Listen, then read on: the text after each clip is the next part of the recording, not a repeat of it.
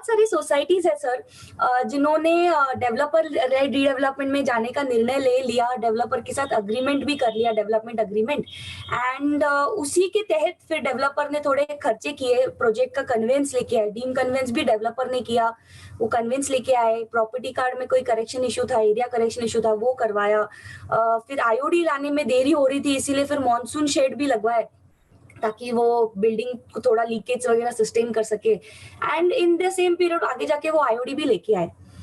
But अभी एक ऐसा केस हो रहा है कि in this process the developer has revised his offer 2-3 times, 2-3 बार उन्होंने ऑफर रिवाइज किया, सप्लीमेंट्री डीए भी करवाया, एंड वो अभी भी बोल रहे हैं कि अभी भी मुझे नहीं परवड़ रहा, मुझे और ऑफर आपका डाउनवर्ड रिवाइज करना पड़ेगा। तो ऐसी सिचुएशन में सोसाइटी क्या करे? देखो, सबसे पहले आपकी जो आपका बेसिक डॉक्यूमेंट है, प्राइम डॉक्यूमेंट जो है आपका डेवलपमेंट एग्रीमेंट। डेवलपमेंट एग्रीमेंट आपका रजिस्टर्ड है, और उसके बाद में आपने जो बताए प्रश्न के उसने डीम कन्वेंस लाए, जो जो उन्होंने प्रक्रिया की है वो किए।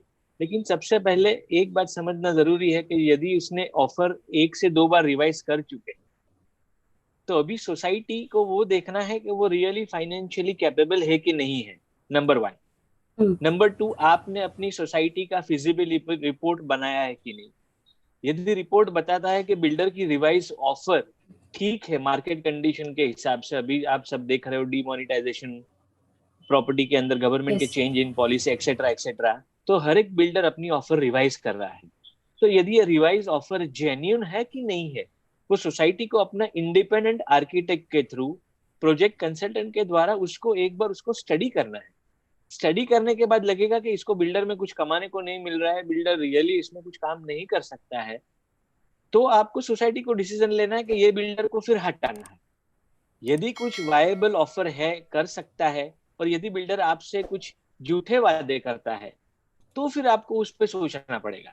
But if genuinely builder is giving offer, भले 3rd टाइम आपको रिवीजन किया है, बट वो ऑफर भी रीजनेबल है, वो यदि सर्टिफाई होता है आपकी सोसाइटी के खुद के अपॉइंटेड प्रोफेशनल द्वारा, तो आप टर्मिनेशन में जाने की गाय मत कीजिए। Okay. Termination is a dangerous proposition. Cancellation of a development agreement is a dangerous proposition. इतना मैं कहूंगा, बाकी टर्मिनेशन के ऊपर आगे मैं और बहुत सी बातें आपको बताऊंगा। Okay sir.